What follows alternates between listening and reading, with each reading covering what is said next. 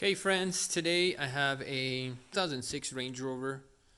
This is a 4.4 liter, and the customer had heard a very loud screeching sound and then started to smell burning. So when I took the alternator out, it looks like the alternator coils were completely fried and the bearings were screaming. Anyway, so I got ourselves a new alternator. Got it. So this is the alternator for the Range Rover. And what you need to do, take this alternator out, honestly, is take out this tensioner, take the belt off, and then alternator tensioner is actually back there. And what I did is attach 15-inch and lock the tensioner in place where the belt's loose and the belt comes off.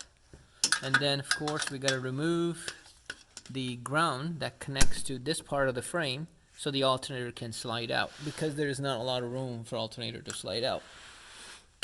The alternator plug comes off when alternator pulls out, when you pull the alternator out. However, the alternator power connector, see, this is the plug that can come out when you pull the alternator out. This is easy, but the power connector has to be removed up there. That does use 13mm socket. That's what you need to get that going. Now, not easy, I would say, but to squeezing alternator through this tiny space does require a little trick, but you can make it work. Here you go. I got the alternator shoved up there, and as you can see, alternator is right here. And what you need to do is right here, you're going to want to connect all the plugs back there and tighten up the power connector before you tighten the alternator back onto these two mount bolts. Alright, so we got two bolts that actually need to go right here. Okay, I'll hand tighten up because I have the second one.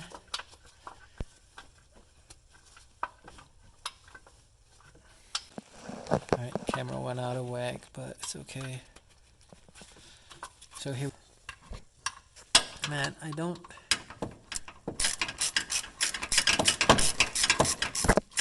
Alright,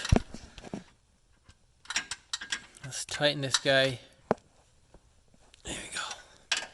So, we got the new alternator all tied up. We gotta tighten the upper bolt, as you can see. And then I'll slide the belts on. Right, the belts on.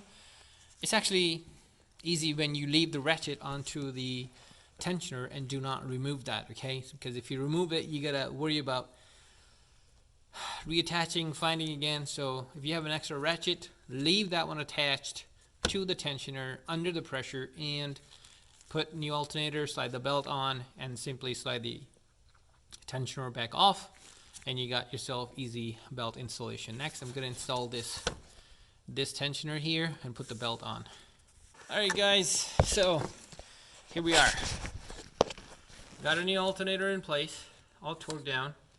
The plugs are connected. You got the alternator belt on. This is the tensioner I took off. Tensioner belt's on. Goes on the water pump. Back onto the crank pulley. Next, the easiest thing I got to connect, honestly, would be this ground. Yeah. So you gotta make sure the ground's back on. So this, the last thing you're gonna connect is the ground. There we go. Alright. Here we go. The clamps, hoses are back in. So this wraps up the installation. So here it is. I'm gonna put the shield back on, and we're done. Estimated, I would say around, if you do it right, around 2 hours. If you take a little time, 2.5 hours. Most of the time it goes into tensioners and of course the small bolts that cannot be removed by your power tools.